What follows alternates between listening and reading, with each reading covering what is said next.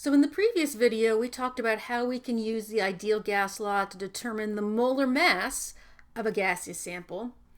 In this video, we're going to talk about how we can use the ideal gas law to determine the density of a sample. And you may think, density, we haven't talked about that a long time. Well, how are we going to be using density with gas laws? Well, if you remember the definition of density, density is equal to mass divided by volume. And hey, we can use ideal gas law if we're dealing with gases to find volume, because that quantity, volume, is in the ideal gas law. So if our sample is a gas and we have certain information about it, we can use that to find the density of a substance, which is what we're going to do here. So in this example, it asks for the density of a 1.47 gram sample. Hey, I'm already halfway there, right? I know what the mass is already. What is the density of a 1.4 gram sample of carbon tetrachloride, CCl4, at 714 torr and 125 degrees Celsius?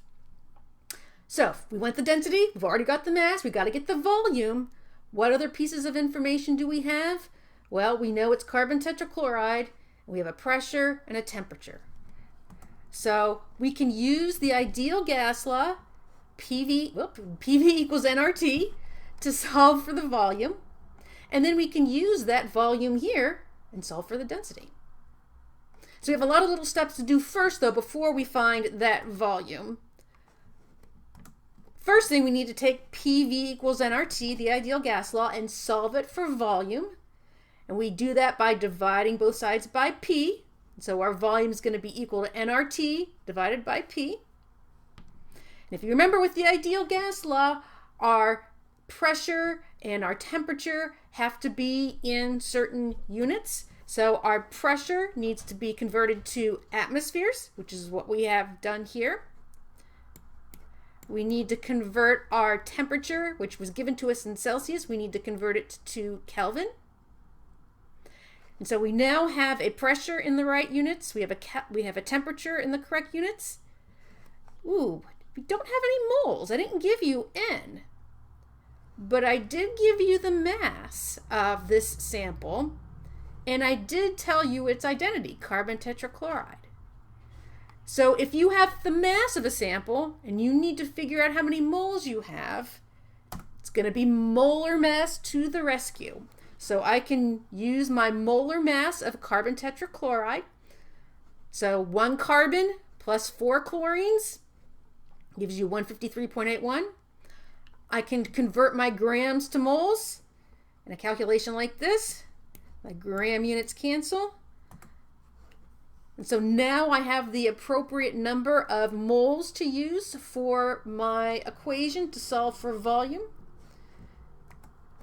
So I can now plug in my pressure, my temperature, and my moles of gas, along with the gas constant in the appropriate units to solve for volume.